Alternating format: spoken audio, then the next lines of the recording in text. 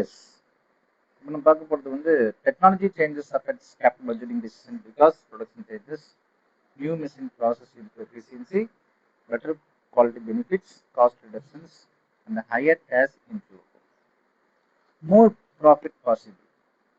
அப்போ பார்த்தீங்கன்னா நல்லா கவனிங்க, இந்த டெக்னாலஜி புதுசாக ஒன்று வரதுனால கேபிட்டல் பட்ஜெட் டிசிஷன் எங்கெல்லாம் சேஞ்சஸ் ஆகும் பார்த்தா ப்ரொடக்ஷன் சேஞ்சஸ் ஆகும். ஏன்னா நியூ மிஷின் வந்தனால ப்ரொடக்ஷன்ஸ் இம்ப்ரூவ் ஆகும்.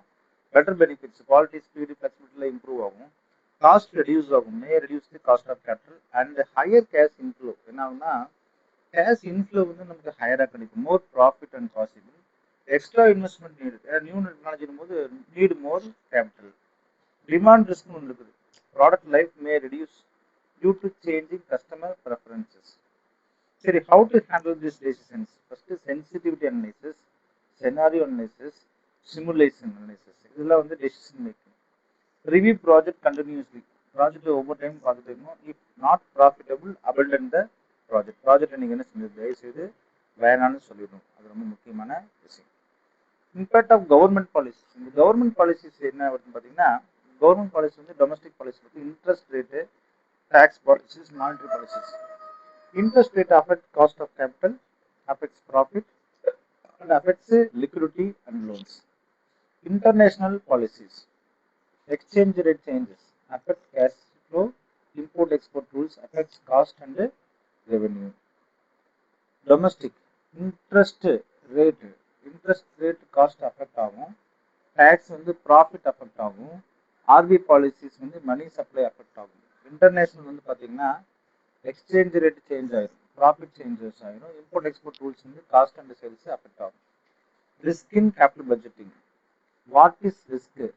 Uncertainty in cash flows. அப்போ ரிஸ்க் வந்து பட்ஜெட்டில் என்னன்னா, what is risk? Uncertainty in cash flow. Cash flows increase ஆகலாம், டிக்ரீஸ் ஆகலாம். அந்த ரிஸ்க் வந்து ப்ராபபிலிட்டி நோனாக இருக்கலாம், அல்லது அன்சர்டன்டி ப்ராபபிலிட்டி நாட் நோனாக இருக்கலாம்.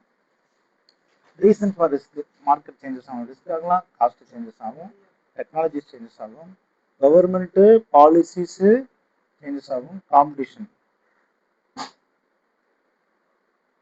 In Tamil, risk என்றால் என்ன? Future cash flow uncertain, types of risk, risk probability தெரியும், uncertainty தெரியாது. காரணங்கள் அதான் சொல்லிடுச்சு, market changes, cost change, technology change, government rules, competitions. Internal external factors, company efficiency, management decisions, cost control. அப்போ external பாருங்க, market conditions, economy, competitions. In தமிழில் சொல்கிறாங்க. S, இவ்வளோதான் கான்செப்ட். தேங்க்யூ.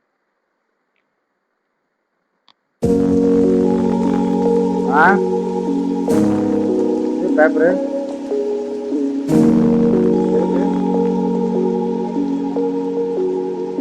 அதே